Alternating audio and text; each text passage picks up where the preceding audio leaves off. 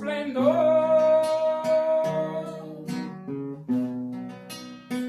Receberão um corpo glorioso, a semelhança do corpo do Senhor.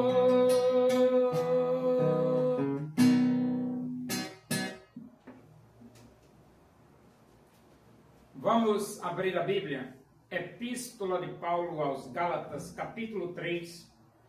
Vamos ler do versículo 23 até o versículo 29. Diz assim as Escrituras Sagradas, a palavra de Deus. Mas antes que viesse a fé, estávamos sob a tutela da lei, e nela encerrados, para essa fé que de futuro haveria de revelar-se. De maneira que a lei nos serviu de aio para nos conduzir a Cristo, a fim de que fôssemos justificados por fé. Mas tendo vindo a fé, já não permanecemos subordinados ao aio, pois todos vós sois filhos de Deus mediante a fé em Cristo Jesus. Porque todos quantos fostes batizados em Cristo, de Cristo vos revestiste. Dessarte não pode haver judeu, nem grego, nem escravo, nem liberto, nem homem, nem mulher, porque todos vós sois um em Cristo Jesus. E se sois de Cristo, também sois descendentes de Abraão, e herdeiros segundo a promessa. Então, Jesus era uma promessa, veterotestamentariamente falando. E enquanto Jesus não veio e não nasceu e nem morreu, nós estávamos sob a tutela da lei.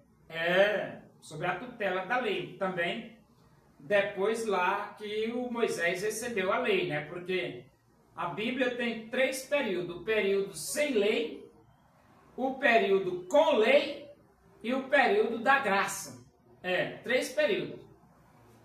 Então, mas antes que viesse a fé, estávamos sob a tutela da lei. Então, nós estávamos sob a tutela da lei até quando chegasse a fé. Mas quando chegasse a fé, não precisava mais ficar sob a tutela da lei. E ele diz, e nela encerrados, para essa fé que de futuro haveria de revelar-se. E você, de que fé era essa? Era Jesus.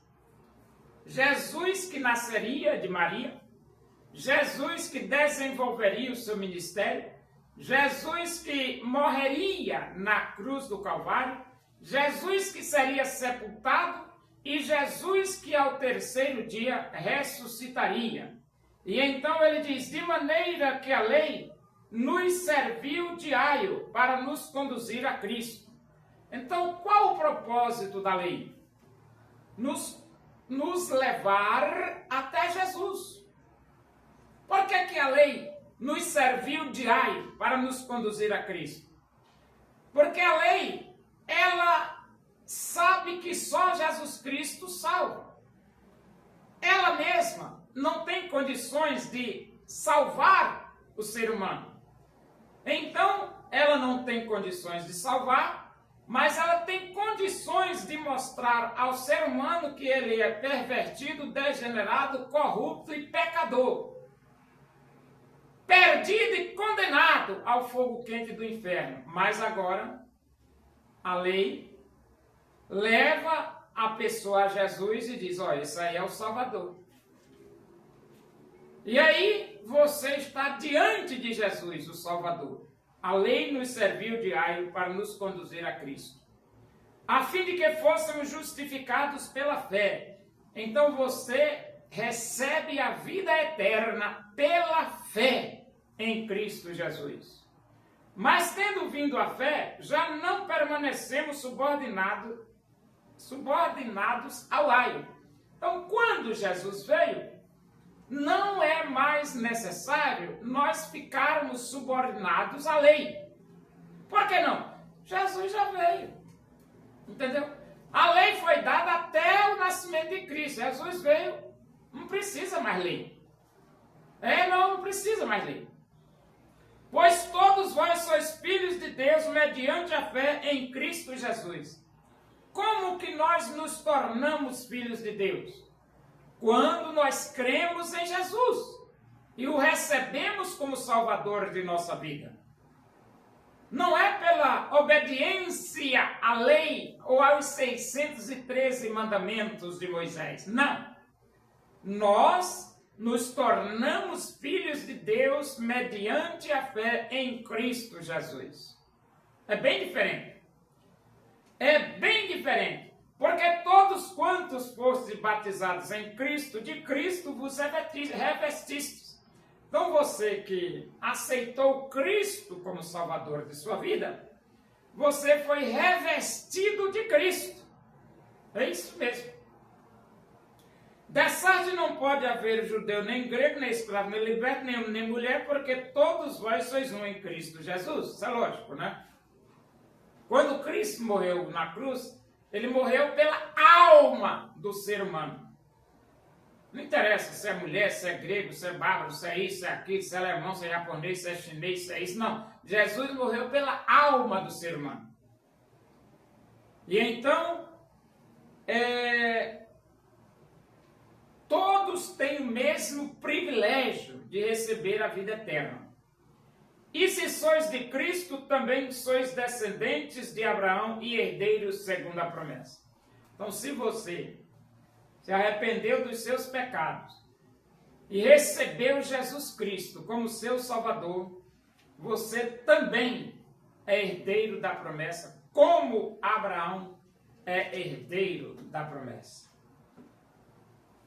Em outras palavras, você tem vida eterna através de Cristo.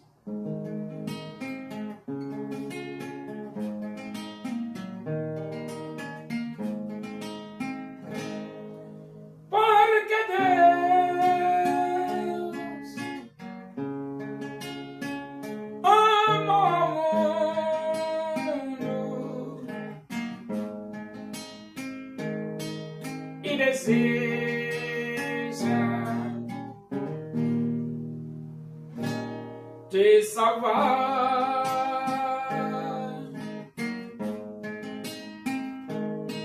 seu filho morreu na cruz,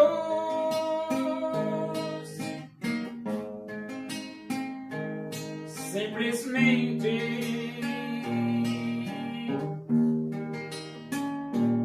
por te amar.